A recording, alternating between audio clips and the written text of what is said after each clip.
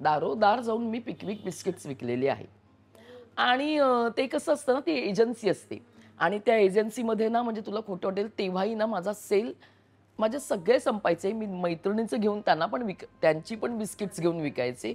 आणि जेव्हा लोकांचा 80-80 व्हायचा ना, आता पिकनिक बिस्किट आत्ताही ₹5 मिळतंय आणि तेव्हा माझा सेल 500च्या आसपास असायचा दुपारपर्यंत. म्हणजे ना मी तेही केलंय. मी सुधा सॉफ्ट ड्रिंक विकलेलं आहे. हां. हां. आणि ते सुधा सॉफ्ट ड्रिंक म्हणजे कसं असतं ना, ते आपलं हे असतं ना, एखाद्या मेडिकल स्टोअरच्या बाहेर बघ कधी-कधी टेलकम पावडर हो, असते, हो, तसं हो. असतं ना, तर तसं ते सुधा सॉफ्ट ड्रिंक होतं. आणि ते आमच्या गिरगावात मी मला नेमकं ना असं दिली होती, ती कांदेवडी दिली होती. आता तू गिरगावात कांदेवडी हा शब्द टाकलास, तर तुला आणखीन काहीतरी समजेल, की बाजूला ती बाई आणि मी सुद्धा सॉफ्ट ड्रिंक विकतीये. तर आमच्याच गिरगावात तर मला ना असे बघायचे लोक, हे काय अगं माधवी हे काय? म्हटलं हा सुद्धा सॉफ्ट ड्रिंक आहे, विका घ्या तुम्ही पैसे घ्या. पण ते मेडिकल स्टोअर होतं वॉटे. पण तिकडची त्या बाईला पण कधी वाटलं नाही की ही असं काय, ही म्हणजे असं काय विकते. आणि मलाही नाही वाटलं कधी. तर थोडक्यात मला सांगायचं की की असं हे सगळं करत करत ना, पण मला ना तेव्हा नोकरी नाही मिळाली अगो. मी ना आपली मला नोकरी द्या ना, मला नोकरी द्या ना, आणि मी बीकॉम ग्रॅज्युएट आहे. तर मला अकाउंटन्सी द्या, काहीतरी द्या, तर नाहीच. आणि माझा लास्ट पेपर होता ओसीचा, म्हणजे 15वीचा.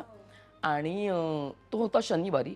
रविवारी संध्याकाळी माझ्याकडे 2 मित्र एकच नोकरी घेऊन आली आणि सोमवारी मी इंटरव्ह्यू दिला. मंगळवारपासून मी जॉईन झाले. आणि ते मी सोडलं कधी, तर 2000ला जेव्हा मी BSTमध्ये ॲज ॲन अप्रेंटिस म्हणून लागले, तेव्हा मी पहिली नोकरी सोडली. तर मी बाबांना तेच म्हणाले. आणि 2000 ते 2001 माझी अप्रेंटिसशिप झाली आणि मग माझी नोकरी गेली. म्हणजे ब्रेक लागला, गेली 5 वर्ष ब्रेक ते लागला. म्हणालीस हां, पण तेव्हा. 5 वर्ष तेव्हाही माहीत नव्हतं ना बरोबर. आपल्याला, तो लागत जातो. तर मग मला जसं मी मगाशी म्हणाले तसं संतोष पवारनी मला फोन केला, की "माधवी करशील का हे?" तर मी म्हटलं, "हां, करेन." आणि मग 2018-2002ला माझं पहिलं नाटक पैसाच पैसा भरत जाधव सुयोगकडे 2002 मध्ये. हां. 2002 मध्ये. आणि ती जाहिरात माझ्या बाबांनी पाहिली. पण तोपर्यंत मी धजले नाही त्यांना सांगायला, की बाबा मी नाटक करतेय. पण तेव्हा त्यांनी जाहिरात पाहून ना ते माझ्याकडे, म्हणजे आपण म्हणतो ना, की खूप काहीतरी बोलून जातो. मग तेव्हाही त्यांना आवडलं नाही ही गोष्ट. तर मी म्हणाले, "बाबा आता नाही." आता मला ना नोकरीने नाही म्हटलंय, मी नाही नोकरीला नाही म्हटलं. नोकरीने मला नाही म्हटलं ना, मला त्यांनी ब्रेक दिला. आता मला करू दे ना, आणि मला ते आहे ना माझ्याकडे. तो ब्रेक आज ना उद्या कधीतरी संपणारच आहे. मग माझ्याकडे तो ब्रेक आहे. ते कुठेतरी त्यांना पटलं. पण त्याच्यामुळे एक झालं का माझ्या आयुष्यात, की माझ्या बाबांनी नाटक नाही पाहिलं माझं नाही कधीच नाही. पाहिलं? नाही, नाही. 2018ला सॉरी 2002-18 जानेवारीला माझं पहिलं नाटक, 15 ऑगस्टला ऑल द बेस्ट अल्टिमेट जे मी मगाशी म्हणाले तसं ते, आणि 26 सप्टेंबरला बाबा गेले. हां, 2000. आणि मेन म्हणजे ना अगं ते 7 वेळा 7 वेगवेगळ्या प्रकारे 7 ठिकाणी हॉस्पिटलाइज होते. म्हणजे त्यांच्या त्यांच्या ह्याच्यानुसार. त्यांचं एक दुखणं काय असेल म्हणजे ना, मला तुला ते सांगायलाही आवडेल, की जे हॉस्पिटलमध्ये होते. हे जे आहे आणि ते जे हॉस्पिटल आपल्याकडचं मोठं हॉस्पिटल.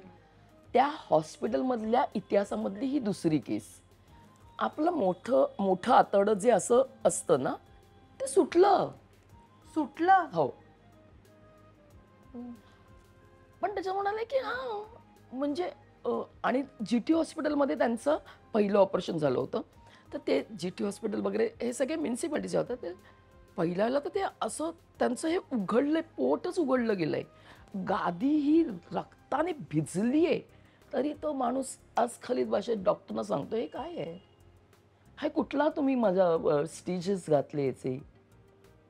तुम्ही कोणातर्फेही घाला, पण तो स्टिचच त्याचा दोरा चुकीचा आहे." हा माणूस हे एवढं बोलू शकतो, गादी भिजलीये.